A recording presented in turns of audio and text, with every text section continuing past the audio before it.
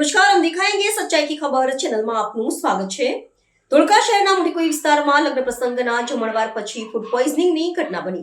મીઠીકોઈ વિસ્તારમાં લગ્ન પ્રસંગમાં જે લોકો જમ્યા હતા તે તમામ લોકોને ઝાડા ઉલટી થયા હતા અને તંત્રને જાણ થતા આરોગ્ય ટીમ તેમજ ધોળકા પ્રાંત અધિકારી તેમજ નાયબ મામલતદાર અને પોલીસની ટીમ ઘટના સ્થળે દોડી આવી હતી અને ધોળકાના ધારાસભ્ય શ્રી કિરીટસિંહ ડાભી સાહેબને તુરંત જ જાણ થતા ઘટના સ્થળે તુરંત હાજર રહ્યા હતા અને વિસ્તારના કાઉન્સિલર અને ધોળકા નગરપાલિકાના પ્રમુખ પણ સ્થળે હાજર હતા અને યુદ્ધના ધોરણે તાત્કાલિક સર્વાની કામગીરી મીઠીકોઈ ઝોનલ ઓફિસે કરવામાં આવી છે અને ધારાસભ્યશ્રી દ્વારા તપાસના આદેશ આપવામાં આવ્યા છે। ત્યારે મને ધોળકા આજના બપોરના જમણવાર હતું પોપટપરામાં અને ત્યાં લગભગ 1000 વ્યક્તિનો જમવાનો કાર્યક્રમ પ્રસંગ હતો એટલે હોય પણ એમાં ગમે તે કોઈ ખોરાકમાં ફૂડ પોઈઝન થવાથી ખાવાથી ફૂડ પોઈઝન થયું।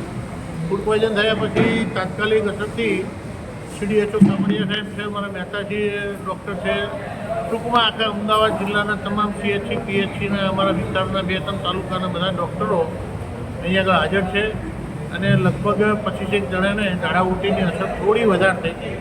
એમને પણ ટ્રીટમેન્ટ કરી અને CHCમાં દાખલ કરી દીધા છે। ત્યાં પણ એમની ટ્રીટમેન્ટ પ્રાથમિક આરોગ્યવાળાએ બધાએ શરૂ કરી દીધી છે। અમારા ભારતીય જનતા પાર્ટીના તમામ કાર્યકર્તાઓ, નગરપાલિકાનો તમામ સ્ટાફ અને આજુબાજુના દરેક સમાજના જે વિસ્તારમાં બન્યું છે દરેક સમાજના આગેવાનો કાર્યકર્તાઓએ પણ બપોરના ઊભા પગે ઊભા રહી અને તમામ લોકોને મદદ થાય એ રીતે પ્રયત્ન કર્યો છે। અત્યારે લગભગ 9:17 થઈ છે। એક પણ એવો કેસ નથી કે જે સિરિયસ હોય। તમામને સમય બિફોર ટાઈમ આમ તો ઝડપી અમારા ડૉક્ટરોએ સેવા આપી અને બધાને ઉગારી લીધા છે એવું જ કહેવાય આમ તો, કારણ કે નહીં તો ડિહાઇડ્રેશન થાય તો તકલીફ થાય। એ સિવાય પણ આજુબાજુના ગામડામાંથી જે લોકો જમવા આવ્યા છે ત્યાં પણ એમ્બ્યુલન્સ દવા સાથે રવાના કરી દીધી છે। ભવાનપુરા ગામ છે બાજુમાં, તો ભવાનપુરામાં પણ ડૉક્ટરની ટીમ દવા સાથે ત્યાં અત્યારે હાજર છે અને ત્યાં જે 15-20 જણા લોકો જમ્યા હતા એ લોકોની પણ ટ્રીટમેન્ટ એમના ગામમાં શરૂ કરી છે।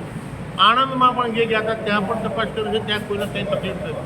એટલે જે તકલીફ છે એ બધાને રેગ્યુલર અને સમયસર ટ્રીટમેન્ટ મળી જવાથી આમાં ઝાડા ઉલટીના અત્યારે બધું કંટ્રોલમાં થઈ ગયું છે અને અત્યારે 9:17-20 સુધીમાં તો બધા ઓકે થવા માંડ્યા છે ધીમે ધીમે। તેમ છતાં આજે સવાર સુધી અહીંયા આગળ અમે ગાદલા ગોદડા સાથે અને ડૉક્ટરની ટીમ સવાર સુધી બેસવાની છે અને જેટલાને પણ રાતે પણ કદાચ વહેલી મોડી તકલીફ થાય તો પણ એમની ટ્રીટમેન્ટ અહીંના જ થઈ જાય એવી વ્યવસ્થા CDHO કામડિયા ભાઈએ કરી આપી।